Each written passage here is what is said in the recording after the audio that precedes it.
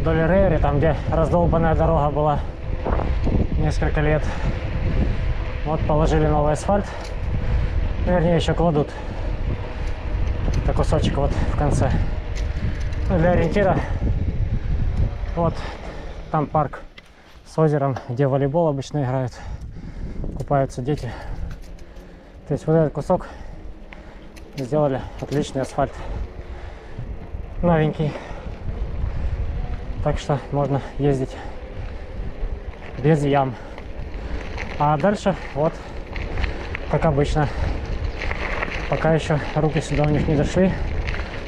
И ноги. Поэтому есть вот такие раздолбанные участки.